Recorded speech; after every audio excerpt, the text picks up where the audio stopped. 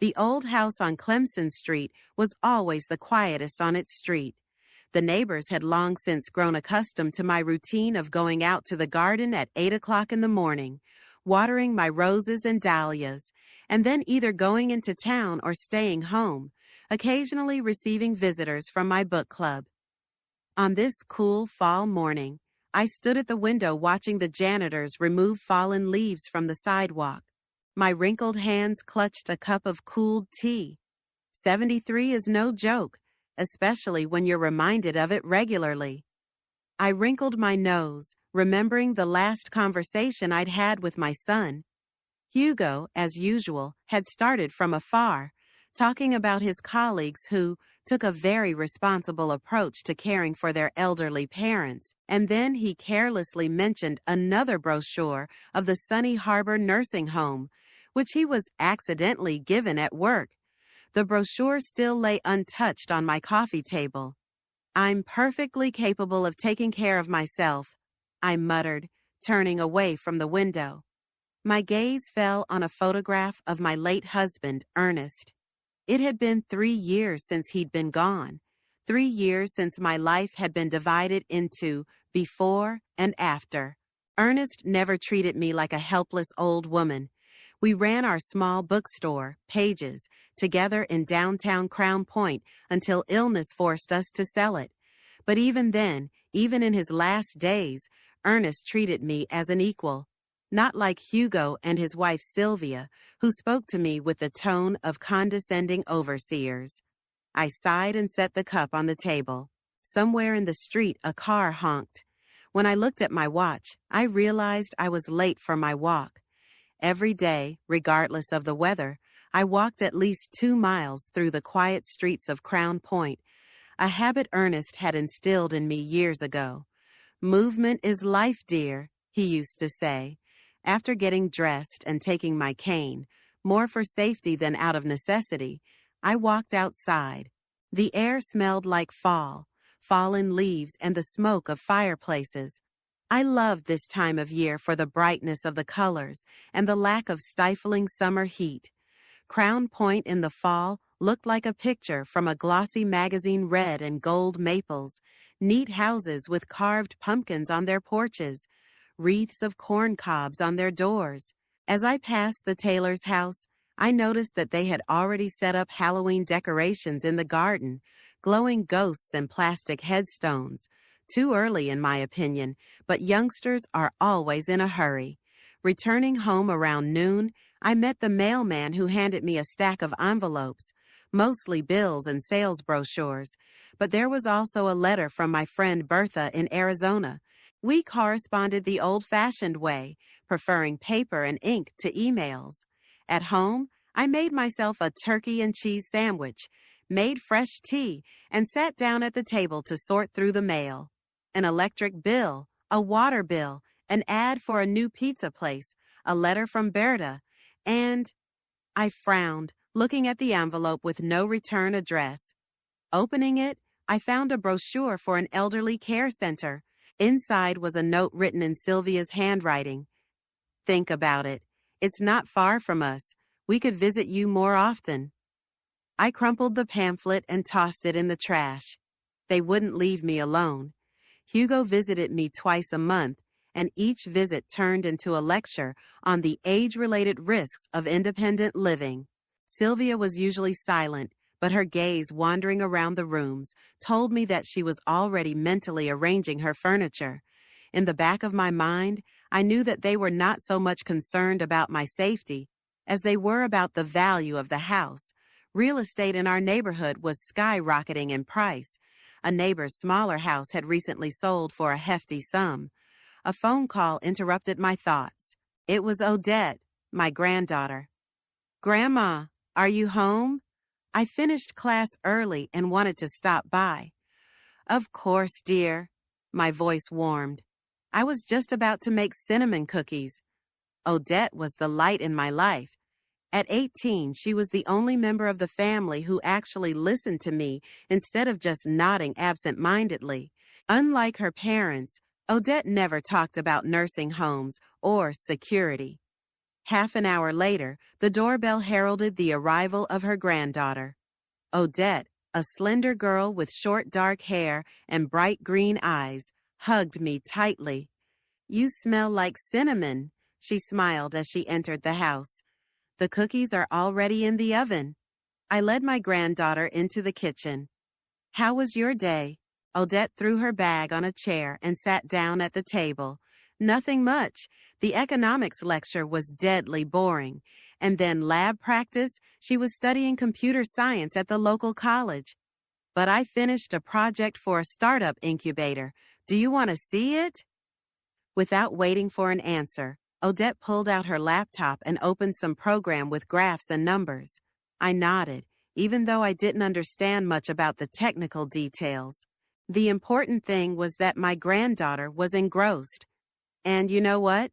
I have something for you," Odette said suddenly, closing the laptop. "Just give me a second." She ran out of the kitchen and came back with a small box. "What's this?" I asked, looking at the device that Odette pulled out of the box. "It's a surveillance camera," my granddaughter explained. "It's wireless, and it connects to the internet.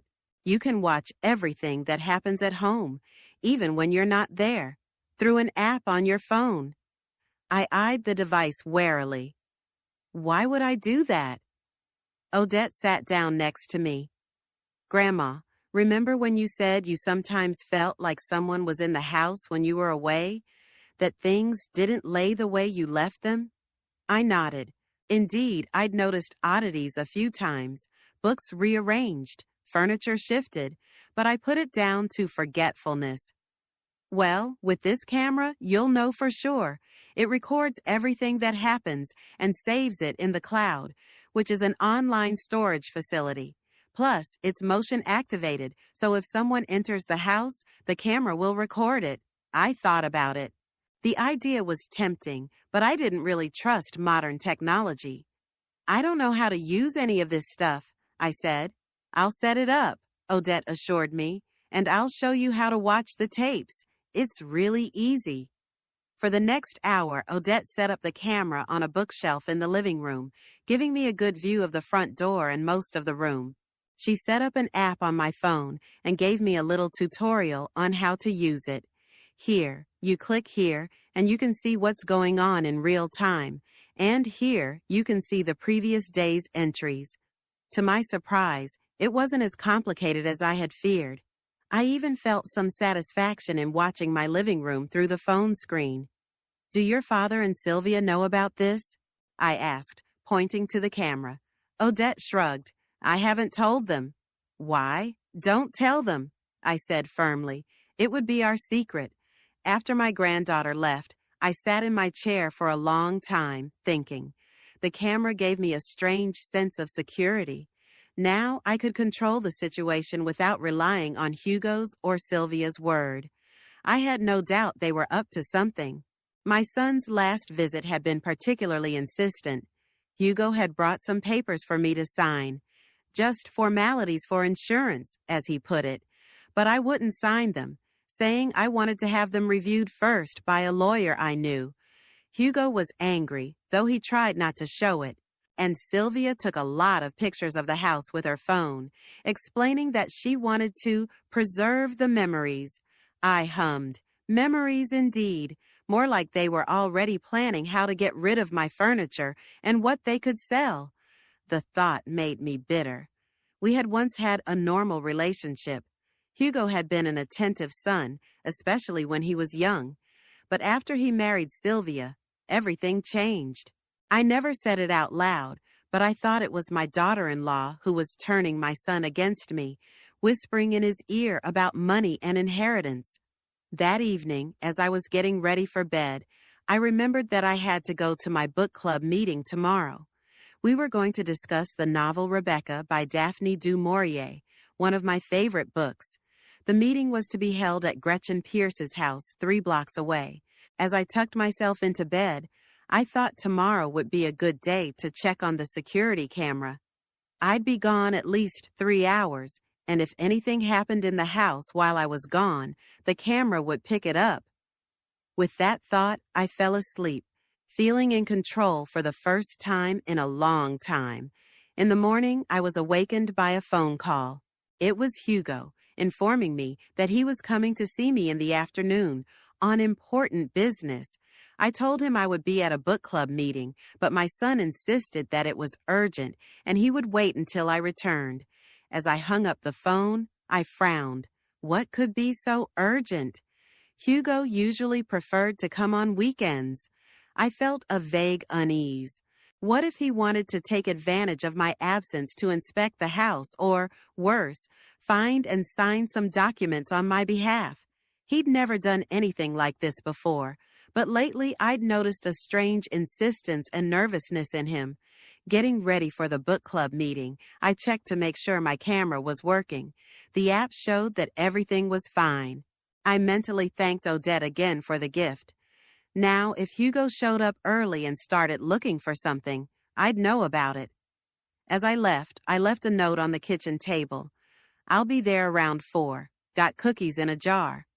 Mom. Hugo hated it when I signed Mom instead of Esther, thinking it was old-fashioned. But I liked to remind him who I was to him, especially now that he seemed to see me as nothing more than a hindrance to his plans. I closed the door and headed toward Gretchen's house, but my thoughts stayed at home in the living room, where a small camera silently monitored the empty room, ready to capture any movement. It had been a week since Odette had set up the camera in my living room. I felt a little uneasy at first, knowing that there was something in the house that was constantly watching what was going on. Sometimes I even caught myself fixing my hair or clothes as I passed a bookshelf, but soon that feeling was replaced by a sense of security. Every morning after drinking my first tea, I would open the app on my phone and check the night's entries. Usually it was an empty room, illuminated by the moonlight filtering through the curtains. Occasionally, you could see my old cat Percival strolling around the living room, hunting invisible mice. No big deal, but I liked the very possibility of control. On Monday, I decided to test the camera when I left the house. Odette explained that the motion sensors activate the recording if something happens in the camera's field of view. I got ready for my usual walk, purposely walking through the living room and waving my hand toward the bookshelf as if saying goodbye to an invisible watcher. When I got home an hour later, the first thing I did was check the app. There was indeed a recording of me entering the room, waving and leaving. The room would then remain empty until I returned. The system worked flawlessly. On Tuesday, Odette came in during my absence. I knew this because she had warned me in advance that she would drop off the books I had requested. The tape showed her coming in with a bag, placing it on the table, and looking around as if making sure everything was in order.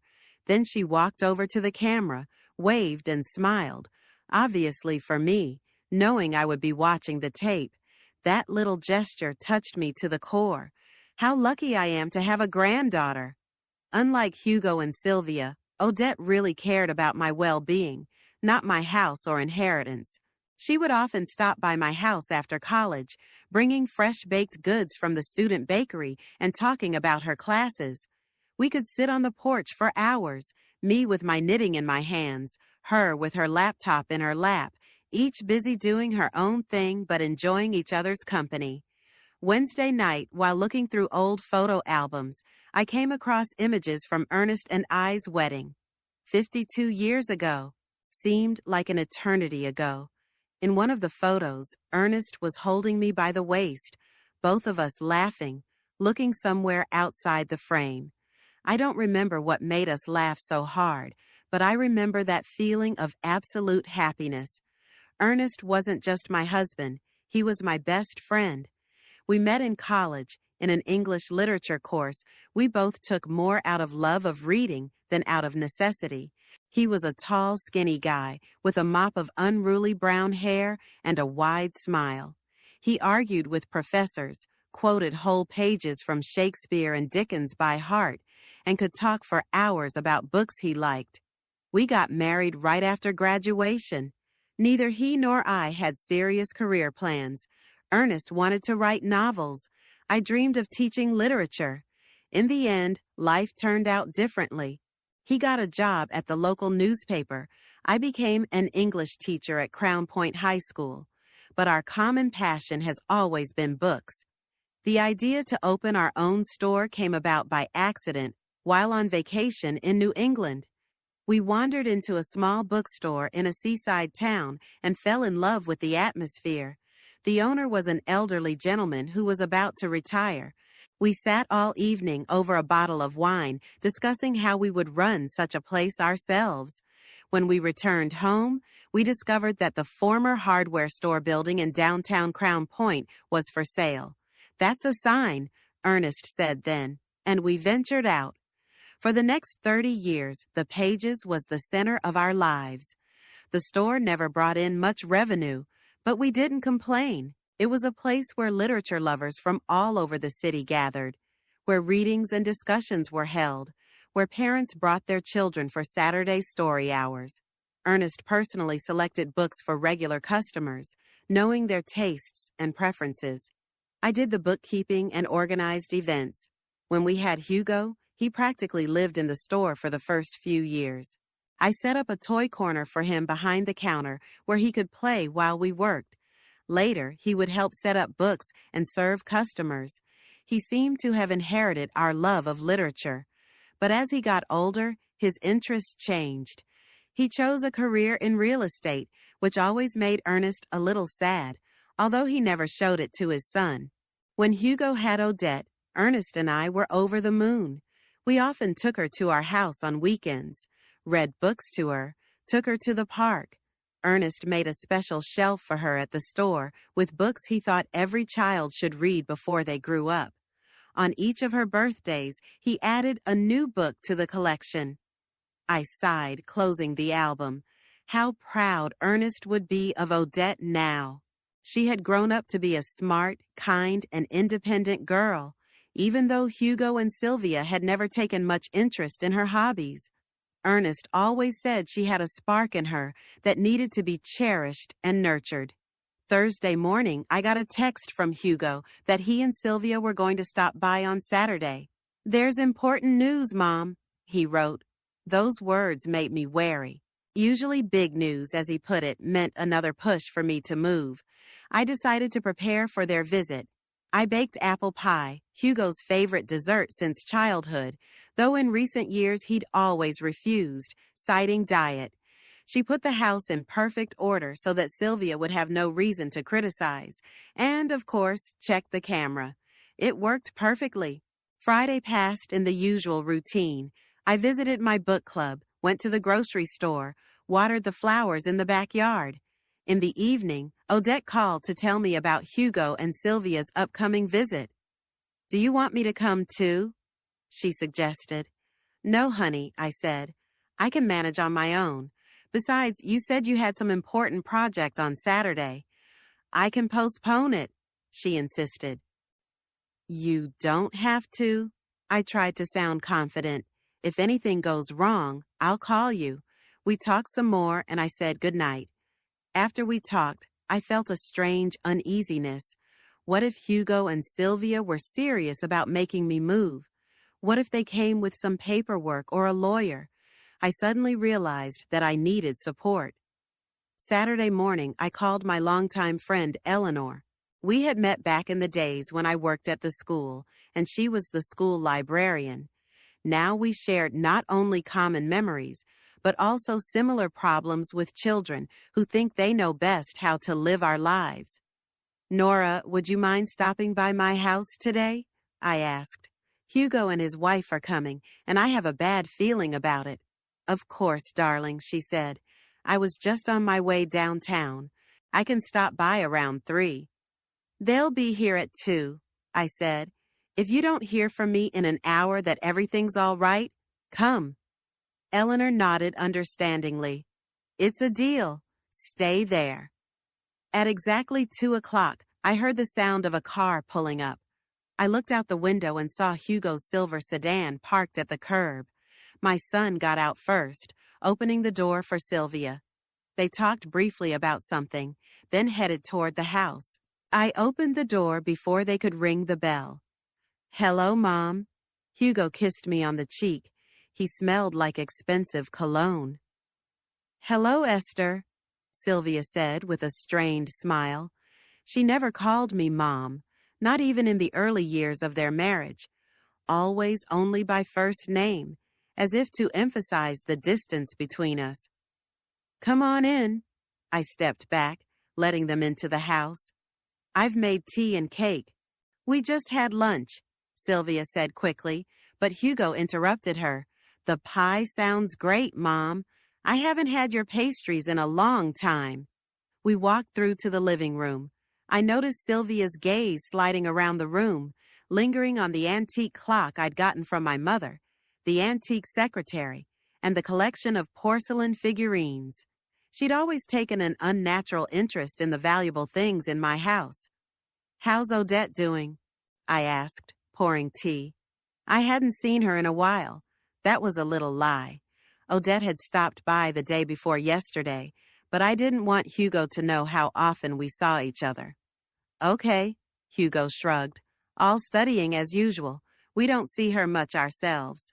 "She's very busy this semester," Sylvia added. "So many projects, so much work." I nodded, not wanting to pursue the subject. We all knew that Odette avoided spending time at home not because of her studies, but because of her strained relationship with her parents. After a few minutes of awkward small talk, Hugo set his cup aside and straightened up. "Mom, we're here to talk about a serious matter." Here it was. I tensed inwardly, but tried to keep my expression calm. "I'm listening," I said, sipping my tea. Hugo and Sylvia exchanged glances, as if deciding who would begin. Finally, Hugo coughed. "Sylvia and I have discussed your situation at length, and we've come to the conclusion that you shouldn't live alone in a house this big anymore." "My situation is perfectly all right," I retorted. "And the house isn't that big." "Mom, be reasonable." Hugo frowned. "You're 73. What if you fall? What if there's a fire or a burst pipe? Who's going to help you?" "I have neighbors. I have a telephone. And a head on my shoulders too, by the way." I felt the irritation rising in me. "It's not just about safety," Sylvia intervened. "Keeping the house is expensive. The heating, the roof repairs last year. It could all be used to provide a comfortable life in a good boarding house. Oh, that's it. Money. Always money." "I manage my expenses just fine," I said coldly. "Ernest's pension and my own are more than enough, plus the interest from the sale of the store." "But it's irrational," Sylvia persisted. "Why spend all the money on a house when you could—" "It's my house," I interrupted. "Ernest and I bought it 40 years ago. Every corner of it holds a memory. I'm not going anywhere." Hugo sighed. "Mom, listen to me. We found a great place. Cedar Hills is a new senior citizen complex. Everyone has their own apartment, but there's medical staff, a communal dining room, even a gym and pool. And it's only a 20-minute drive from our house. We'll be able to visit you more often." "I don't need pools and gyms," I said, "and you can visit me here if you want to." There was an awkward pause. Sylvia fixed her hair nervously, while Hugo drummed his fingers on his knee. "There's something else," Hugo said at last. "I've been promoted. They're moving us to the head office in Chicago. We'll live an hour away, if anything happens to you." "Congratulations on the promotion," I said sincerely, "but it doesn't change my mind. I'm staying in my house." "But we'll have more opportunities in Chicago," Sylvia exclaimed. "Better schools for Odette, career prospects for Hugo." "Odette goes to college here at Crown Point," I reminded her. "And as far as I know, she's not transferring." "It's only temporary," Sylvia said. "She might find something better in Chicago." I didn't say anything. We all knew that Odette had chosen the community college not for lack of other options, but because she didn't want to leave me. "Anyway, Mom," Hugo returned to the subject, We want you to seriously consider moving. Cedar Hills isn't a nursing home. It's a state-of-the-art facility for active seniors. I'll think about it, I said, knowing I wouldn't change my mind. Great, Hugo glowed. I have the brochures and pre-application forms with me. Let me show you how it all works. He pulled a file folder out of his briefcase and began laying out the glossy brochures on the coffee table. I listened, half listening, looking at the pictures of sterile rooms with faceless furniture and artificial plants. Nothing in common with my cozy home, full of memories and warmth. Sylvia got up and started walking around the room, ostensibly looking at the pictures on the walls, but I noticed her gaze lingering on the bookshelf where the camera was hidden. For a moment, my heart sank. What if she noticed the small lens hidden among the books? But Sylvia walked past, stopping at the window overlooking the garden. You know, Esther, she said without turning round, the garden needs work, too. It's looking a bit neglected. That's another worry you could get rid of. I gritted my teeth. My garden was in perfect order. This was just another attempt to make me feel unable to cope on my own. I'm coping with the garden, I said, and the house, too. Now, if you don't mind, I'd like to rest. I've had a busy day today. Hugo looked disappointed, but he didn't argue. He collected the brochures and returned them to his briefcase, leaving one on the table. Just think about it, okay? He asked. We only want what's best for you. I nodded, not wanting to start another argument. They said their goodbyes and left, not lingering longer than necessary. Through the window, I watched them get into the car. Sylvia was saying something fervently, waving her arms. Hugo looked depressed. When the car disappeared around the corner, I went back into the living room and sat in my chair, looking at the glossy brochure my son had left behind. Cedar Hills is your new home, the headline read. I shook my head. My home is here, and I'm not going anywhere. I reached for my phone and texted Eleanor that everything was fine and she didn't need to come over. Then I opened the camera app and watched the recording of the meeting. The camera captured our entire conversation perfectly, including Sylvia's disapproving glances wandering around the room. Neither Hugo nor Sylvia even realized that their every word and movement was being recorded. I turned off the app with a sense of strange satisfaction. Whatever they were planning, I now had eyes and ears even when I wasn't home. And I was sure that this protection would still come in handy in the near future. After Hugo and Sylvia's visit, I felt squeezed like a lemon. Talking about moving every time took more energy than I was willing to admit. I guess that was what they were counting on, to wear me down until I gave in. I made myself a cup of strong mint tea and sat down in my favorite chair by the fireplace. It was starting to rain outside the window, large drops drumming against the glass. It was good that Hugo and Sylvia had left before it started. Now I wouldn't have to listen to comments about how dangerous it was for me to go out in bad weather and how convenient it would be to live in a place with covered passages between buildings. The sound of a phone notification interrupted my thoughts. A message from Odette. How did it go? Parents are home by now, but they won't say anything. Sounds suspicious. I smiled, imagining my granddaughter questioning her parents about visiting me. Same old, I typed back. More talk of moving to a paradisiacal place called Cedar Hills.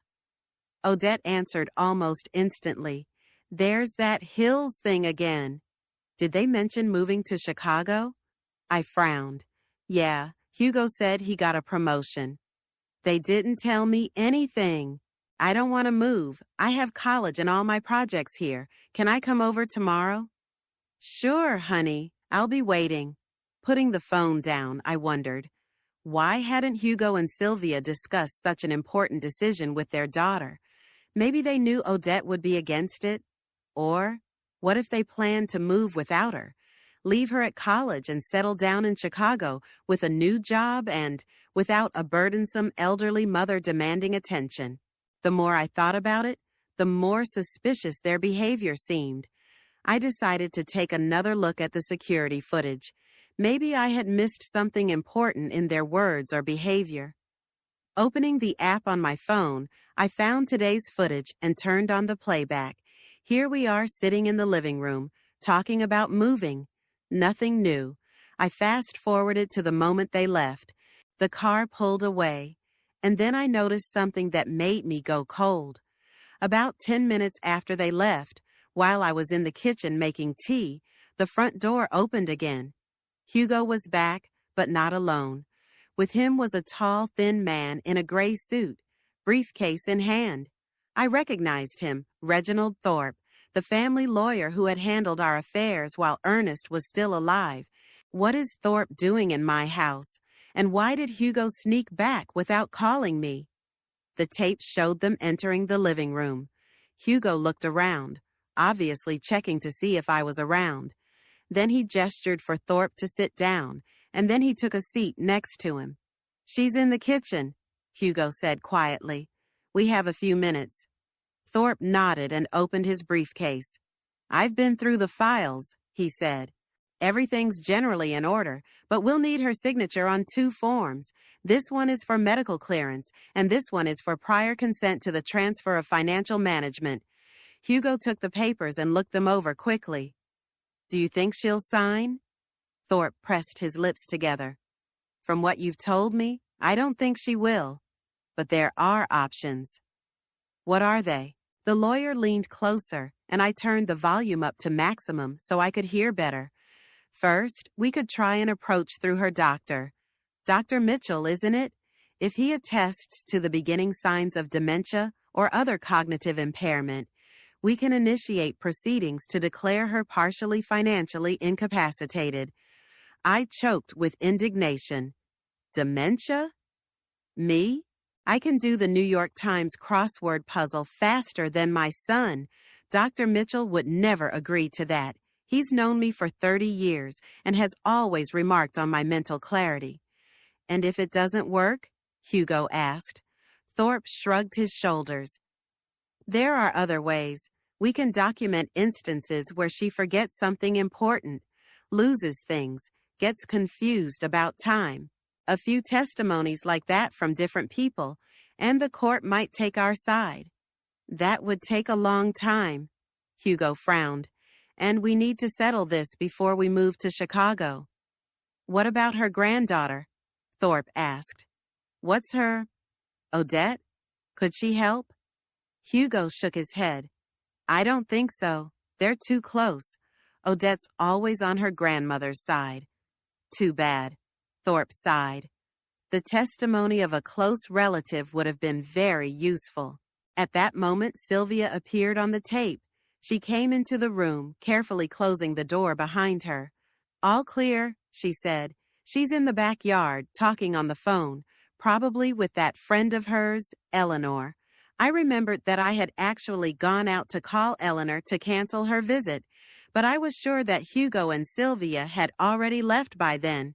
Turns out they only pretended to leave and then came back with Thorpe. "What about the papers?" Sylvia asked, coming closer. "We're discussing our options," Hugo replied. "Thorpe thinks we can try through a doctor or collect evidence of her forgetfulness." Sylvia pressed her lips together. "That would be time-consuming and unreliable. What about the option we discussed?" Hugo and Thorpe exchanged glances. "It's risky," said the lawyer. "Forging a signature is a felony." "Who's talking about forging?" Sylvia snorted. "That's not what I meant. You can make her sign without her realizing what she's signing, like under the guise of insurance papers or something." I felt the blood run cold in my veins. They were discussing how to trick me into signing papers that would take away my control over my own life. "I don't know," Hugo said. "It's risky, too. Mom's not stupid. She might want to read everything." "Then we'll make sure she doesn't have time to read it," Sylvia insisted. "We'll bring the papers when she's going out or when she's busy. We'll say it's urgent and just a formality." Thorpe tapped his fingers thoughtfully on his knee. There is another option, he said at last. More radical, but in some cases effective. We could create a situation that would demonstrate her inability to take care of herself. What do you mean? Hugo asked. An accident at home, for example. Nothing serious, just something that would require medical intervention and give the impression that she's not coping. Like what? Sylvia sounded genuinely interested. A fall, a small fire in the kitchen, heating problems in winter. Thorpe spoke as if he were discussing the weather forecast, not plans to create a dangerous situation for an elderly woman. I felt myself begin to shake with anger and fear. My own son was discussing how to fake an accident to incapacitate me. I don't know, Reggie. Hugo looked worried. This is too much. Don't be a mumbler, Sylvia said sharply. No one's suggesting that she be seriously harmed. Just create a situation that shows that it's not safe for her to live alone. Exactly, Thorpe nodded. And remember what's at stake. The house is worth at least $400,000, plus her investments and savings, all of which can help you with moving to Chicago and paying for Odette's college. So that's what this is about. They need my money for their own agenda, and they're willing to declare me incompetent to get control of my finances. Okay, Hugo finally said. Let's try the documents first. We'll bring them next time and try to get her to sign them without reading them. If that doesn't work, then we'll think of other options. Thorpe nodded and began to gather the papers back into the briefcase. Just act fast. The longer you stall, the more chance she'll suspect something or find her own lawyer. She mentioned that she wants to show some documents to a lawyer she knows, Hugo said. To whom exactly? Thorpe asked quickly. I don't know. She didn't specify. Maybe she was bluffing. Find out, Thorpe insisted. We need to know who we're dealing with. Sylvia, standing at the window, suddenly tensed. She's coming back, she said. Finish up and go out the back door. The men rose quickly. Thorpe snapped his briefcase shut, and all three hurried toward the room's exit. That was the end of the tape. I sat frozen in my chair, unable to move from shock and horror. My own son, my own flesh and blood, was planning to strip me of my independence, my home, my funds, everything I had. And for what? For money to move to Chicago and some projects of his own. I remembered how Hugo had been afraid of thunderstorms as a child and had come to Ernest and me in our bedroom, how I used to hold his little hand in mine while he fell asleep, how I taught him to read, how I took him to school, how proud I was of his first successes. How had that loving boy turned into this cold, calculating man? I didn't know how long I sat like that, immersed in bitter thoughts. I was brought out of my daze by the ringing of the phone. An unfamiliar number. Usually I don't answer such calls, but this time, still in shock, I pressed the receiver button. I'm listening, I said. There was silence for a few seconds. Then a low, husky voice, clearly altered by some device. Stop watching the tapes, Esther. You'll regret it. I froze, gripping the phone tighter. Who is it? I asked, trying to keep my voice from shaking. It doesn't matter, the voice answered. What matters is that you saw something you shouldn't have seen. Turn off the camera and forget everything you heard. It's in your best interest. Hugo? I asked, even though I was sure it wasn't him. The voice was too unnatural, too threatening. A short laugh. Don't complicate things, old girl. Just do as I say. Turn off the camera, delete the tapes, and we'll forget about this incident. And if I don't? My voice strengthened. Instead of fear, I began to feel anger. Whoever it was had threatened me in my own home. Then the consequences will be unpleasant, the voice replied. You have an hour to think about it.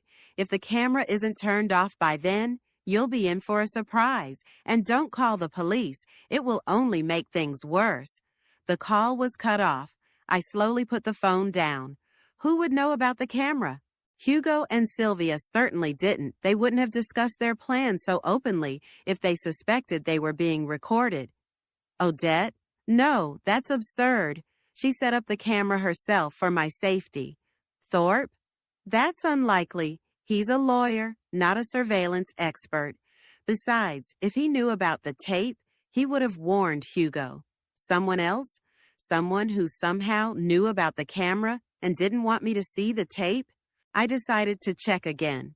I opened the app and started watching the tape from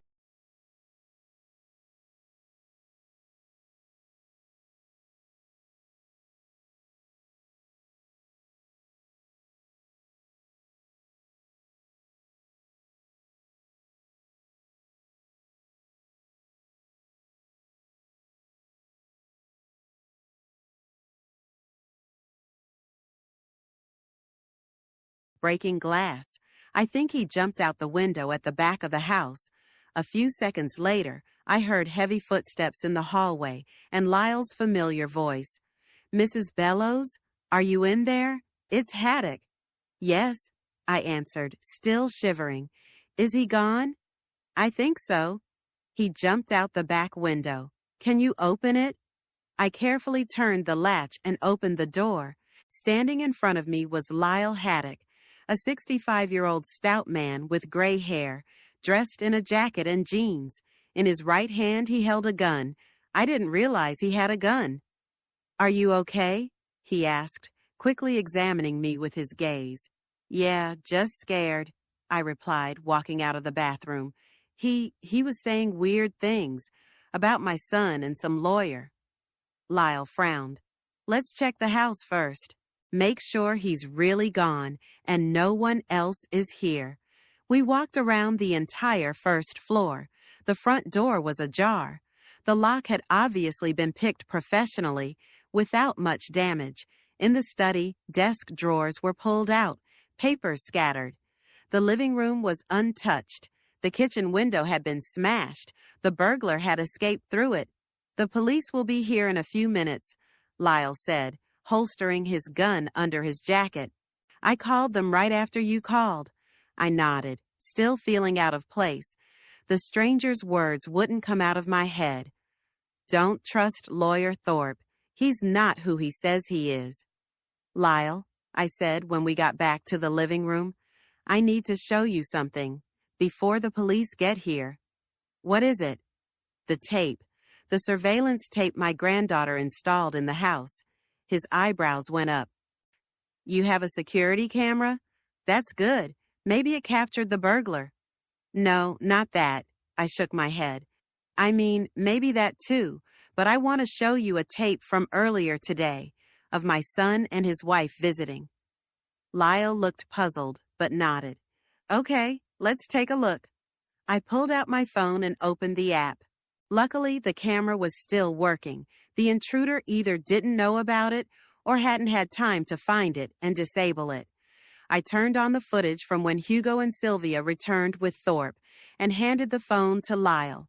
He watched the video intently, his face growing more somber as he watched. When the tape ended, he looked up at me. Are your son and that lawyer planning to incapacitate you? He asked. Looks like it, I sighed. And after watching that tape, I received an anonymous call threatening me to stop watching the tapes.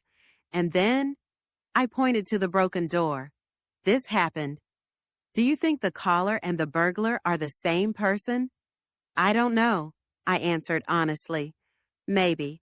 But the voice on the phone was changed, and the voice of the man who spoke to me through the bathroom door sounded different, younger. Lyle rubbed his chin thoughtfully.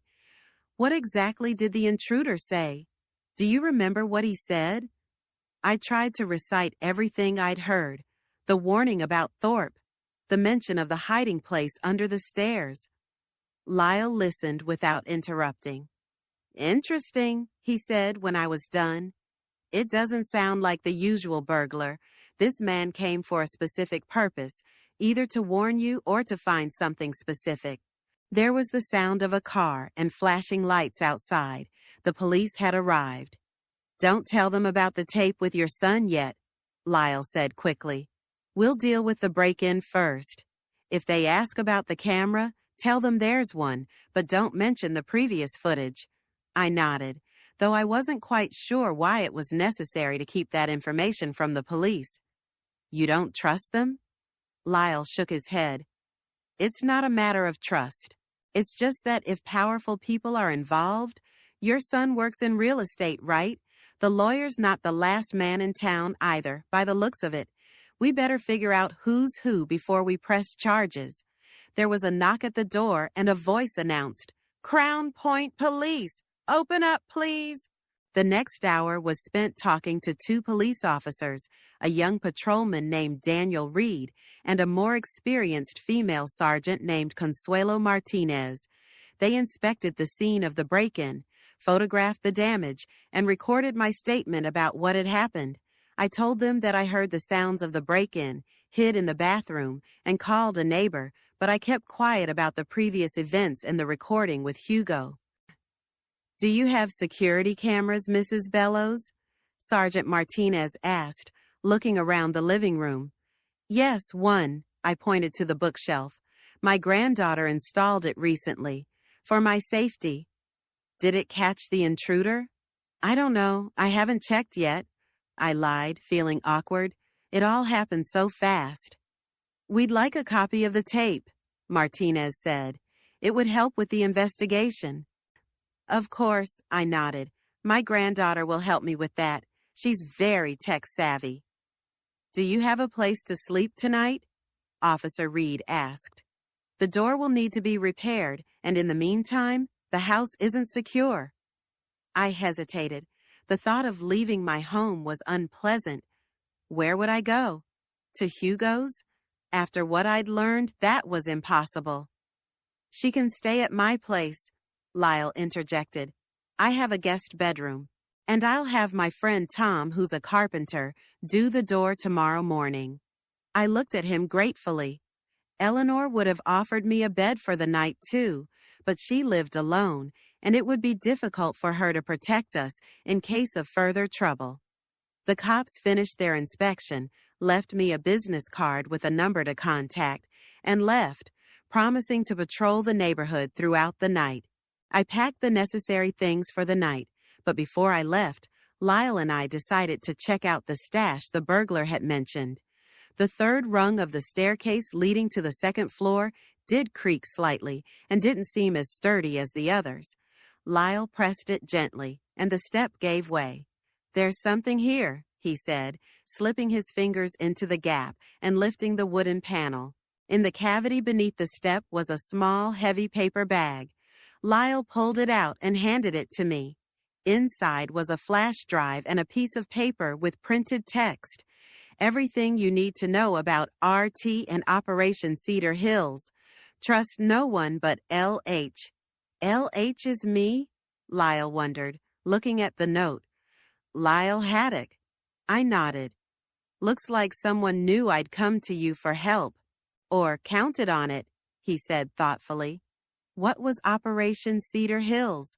I explained that Cedar Hills was the name of the senior center where Hugo and Sylvia had tried so hard to put me. Very strange. Lyle shook his head. Let's see what's on the flash drive, but not here.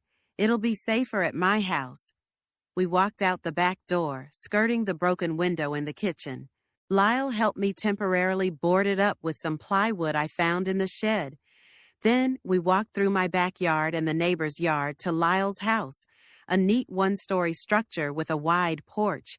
Inside, we were greeted by Max, a German shepherd, a big dog with intelligent eyes, who immediately came up to sniff me and then laid down at his master's feet, obviously pleased to see him back. Make yourself comfortable. Lyle pointed to a comfortable chair in the living room. I'll get my laptop and see what's on the flash drive. While he went to get the computer, I looked around. Lyle's house was simple but tasteful. A few pictures on the walls, one of him in a police uniform, others of him with some woman and children, apparently a family. Bookshelves with detectives and historical novels, all clean, neat, no frills. Lyle came back with a laptop, sat down next to it, and plugged a thumb drive into the USB port. "Let's see what we've got here," he muttered as he opened the contents. There were several folders with documents and one video on the flash drive. The first folder contained information about the Cedar Hills project, not advertising materials, but internal documents of the developer. Judging by them, the complex wasn't exactly what was advertised in the brochures. "Look," Lyle pointed to the screen. "This says Phase 2 of the project. Once the complex is filled, there are plans to substantially increase fees for maintenance and medical services. In fact, people will be forced to either pay triple the cost or look elsewhere. I have reviewed the documents. Indeed, the plan called for attractive prices initially, and then, after seniors sold their homes and moved into the complex, a steep increase in fees." "It's a real scam," I said indignantly. "They lure people in, and then they put them in front of the fact." "Exactly," Lyle nodded. "And look who's on the list of investors in the project." He opened another document, and I saw a list of names. Among them were Reginald Thorpe and Hugo Bellows. My son invested in this project? I couldn't believe my eyes. But from where? He doesn't have that kind of money. Lyle opened another folder containing financial documents. "Here." He pointed to a line in the spreadsheet. "A loan against future earnings. Basically, your son took out a loan, expecting to repay it with money from the sale of your house or," he hesitated, "or from managing my finances after I was declared incapacitated." I finished for him. That's what they were talking about on the tape. The more we studied the documents, the clearer the picture became. Cedar Hills was not just an apartment complex, but part of a larger scam targeting seniors with property. The scheme was simple: convince the elderly to sell their homes and move into the complex. Then, after they lost their homes and the opportunity to return, raise the prices to impossible levels. "Who else is on the list of investors?" I asked, looking at the names. "Mostly local businessmen," Lyle answered, flipping through the document. "Here, look, there are notes on some of the names." Next to Thorpe's name was a note: Legal Support Coordinator, responsible for documentation of incapacity. Next to Hugo's name, Real Estate Agent, responsible for appraising and selling properties. And next to another name, Victor Mendez, was a note: Security, Confidentiality, and Troubleshooting. "Troubleshooting," Lyle repeated. "Sounds ominous." "You think he's the one who tried to break into my house?" "Maybe, but then who left the flash drive? And who warned you about Thorpe?" We opened the video file on the flash drive. It was a recording of a conversation in an office somewhere. Thorpe was sitting at a desk. Across from him was a young man with dark hair and dark skin. "I don't agree with the methods," the young man was saying. "This is crossing all boundaries. One thing is legitimate business activity, but another is outright fraud and intimidation of the elderly." "Nobody's asking you, Ramon," Thorpe said. "You don't get paid for moral evaluations. You get paid for results. I need signed documents and a guarantee that the old people will not cause problems." Thorpe's conversation about the mysterious intruder, about the documents on the flash drive, about the Cedar Hills plan. She listened without interrupting, but her face grew paler and paler. "I always knew Mom was mercantile," she said at last. "But for Dad, I can't believe it." "I can't believe it either," I sighed. "But the evidence is overwhelming. Your father is actively involved in this scheme." Odette shook her head, fighting back tears. "But why?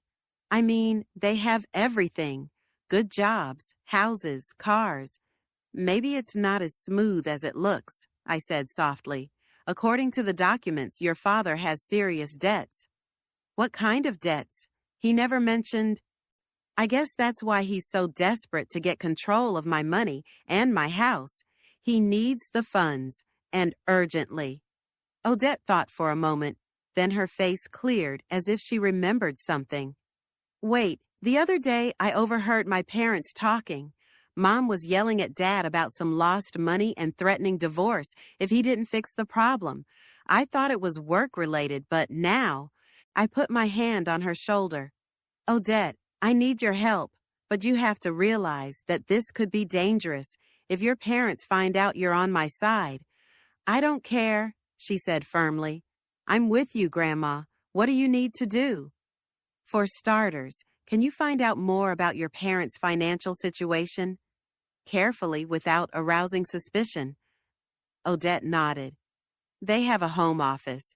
Dad often leaves papers there. I can take a look when they're not home. Just be careful, I warned, and don't tell anyone about our conversations. Soon Lyle's friend Mike Donovan, a security systems specialist, arrived. He was a tall, sturdy man in his 50s, with calloused hands and a shrewd eye. He took a quick look around the house, assessing vulnerabilities. We'll install sensors on all doors and windows, he said. 3 cameras, one at the front door, one in the backyard, one in the living room, plus a panic button you can carry with you. When you press it, the signal will go directly to the security company and Mr. Haddock's phone. I agreed to everything. The installation cost was considerable, but my safety was worth the money. While Donovan worked, I called Cora Winters. Her secretary at first said the next available appointment wasn't for another 2 weeks. But when I mentioned Lyle Haddock's name and hinted at the urgency of the fraud case, there was suddenly a 3 o'clock window in the schedule. By 2 o'clock, Donovan had finished installing the security system, showed me how to use it, and left. Lyle, who had been watching the work the whole time, offered to drive me to Cora Winters. I'll wait in the car, he said, and after the meeting we could stop by Gordon Rowley's to show him the documents from the flash drive. I'm going too, Odette said. I want to know everything firsthand. The 3 of us headed downtown. Cora Winters' office was in an old red brick building, once a tobacco warehouse, but now a business center. Cora Winters was a short black woman in her 50s, with intelligent eyes and a determined chin. She met us in her spacious office. Mrs. Bellows. She shook my hand firmly. Pleased to meet you. Lyle called me before you came in, gave me a brief outline of the situation. That sounds serious. I spent the next hour detailing the events of the last few days. The camera setup, Hugo and Sylvia's visit, their secret return with Thorpe, the threatening phone call, the break-in, the documents on the flash drive. Cora took notes, occasionally interrupting me with clarifying questions. When I was done, she leaned back in her chair, tapping her pen thoughtfully on her notepad. So, to summarize, your son, his wife, and attorney Reginald Thorpe plan to legally incapacitate you in order to gain control of your finances and property.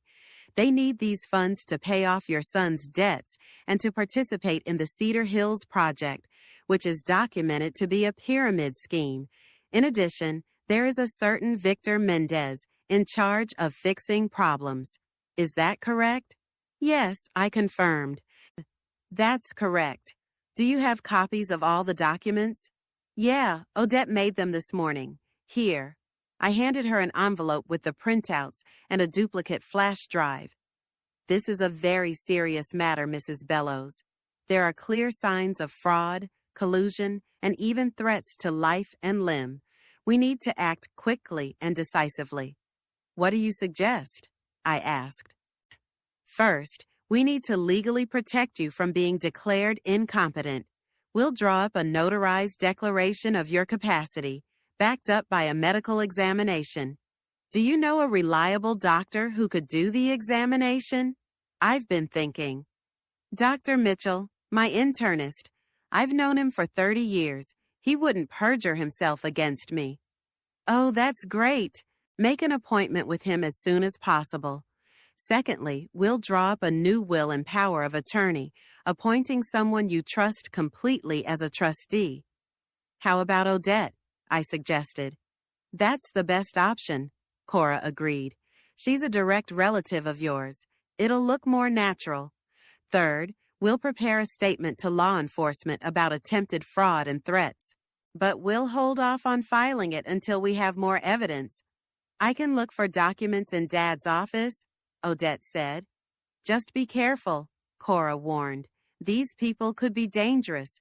After the meeting with Cora, we stopped by Gordon Riley, Lyle's former colleague from the state police. He promised to conduct an informal investigation and gather information about Cedar Hills and Victor Mendez.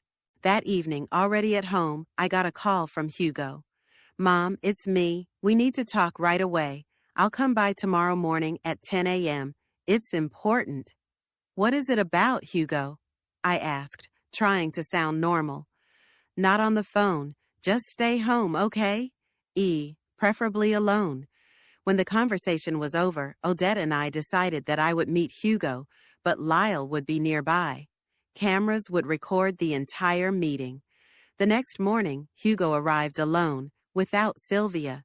He looked exhausted, circles under his eyes, a nervous look, his shirt sloppily buttoned. Mom? He gave me a quick hug and walked into the living room. We need to have a serious talk. I'm listening. I sat down across from him, holding my cell phone with the panic button. I know you were at the lawyer's office yesterday. Cora Winters. I acted surprised. How do you know that? It doesn't matter. What matters is that you're making a mistake. Winters is a notorious scandalizer. What did you say to her? Nothing much. I was just updating my will. Will? Why? Do you have some kind of health problem? No, I'm just getting my affairs in order. What's in this new will? His fingers are white with tension. The usual stuff. House, savings, personal effects. Same as always. All for me? He asked me directly. Who else? You're my only son. Hugo visibly relaxed, but not for long. After a pause, he admitted that he had serious financial problems, debts to the bank and his partners. I need $200,000, he said. You can mortgage the house or take out a loan against it. What is the project you invested in? I asked. It's a senior citizen complex, Cedar Hills. And if I say no? His face changed. Anger flashed in his eyes. Mom, you don't understand. It's not just money. It's about safety, mine and our families. Are you threatening me, Hugo? No, of course not. I'm just explaining the situation. The people I owe, they're not the most patient. I need to think, I said finally. There's no time to think. He jumped up, raising his voice. I need an answer now. Or what? I stood up too, looking him straight in the eye. He looked away and pulled an envelope out of his jacket pocket. Here, he handed me the papers. These are the documents for a loan against the house. All I need is your signature. I took the envelope, but didn't open it. I won't sign anything now. I need to read it carefully. You don't trust me, your only son? It's not about trust. It's about the right approach to financial matters. Hugo took a deep breath, trying to restrain himself. All right, read it. But time is short, very little time. I need your answer by the end of the week. I promised to think about it, knowing I'd never sign those papers. He turned around at the door. One more thing, Mom. Don't go to that Winters woman again. Why not? She's got a bad reputation. For your own good, stay away from her. After he left, I opened the envelope. Inside was indeed the documents for a loan against the house, but the amount was not $200,000, but $500, and among the papers was a power of attorney, authorizing Hugo to handle all my finances. I called Lyle, and he came right over. We went over the paperwork together. A classic fraud. Lyle shook his head. By signing that power of attorney, you'd be effectively giving Hugo control of all your assets. Cora Winters called that evening. She found out that Hugo had hired a private investigator to follow me. Be careful, she warned me. He must be very concerned about what you're doing. The next morning, I got another call from Hugo. Mom, have you decided? I'll be at your place in an hour with the notary. We'll sign the papers. I need more time. I tried to object. There's no time. He cut me off and hung up. I urgently called Lyle. He promised to come and be with me during Hugo's visit. An hour later, the doorbell rang. Hugo stood on the doorstep, and with him stood a thin man with sharp features. Mother, this is Mr. Victor Mendez. Hugo introduced him. He is a notary and will help us with the documents. After Hugo and Mendez's visit, I realized that I could no longer delay decisive action. The time for cat and mouse was over.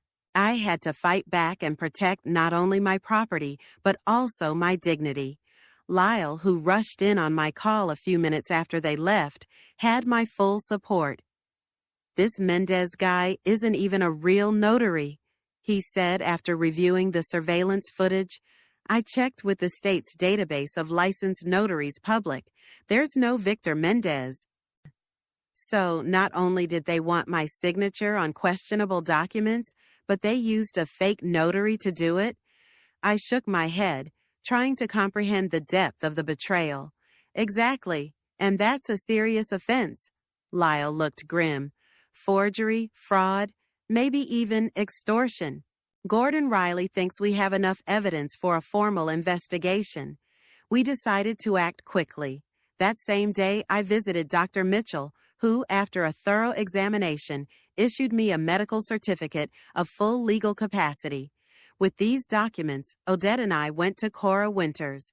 Now we have everything we need for a legal defense, Cora said as she looked through the papers.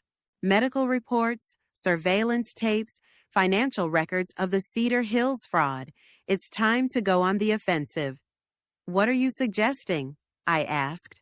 Arrange a meeting with your son, his wife, and their lawyer, Thorpe. Invite them to your house. Tell them you're ready to discuss a loan offer on the house.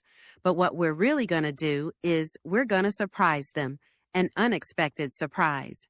Cora's plan was bold, but risky. I was to lure Hugo, Sylvia, and Thorpe to my place under the pretense of signing documents.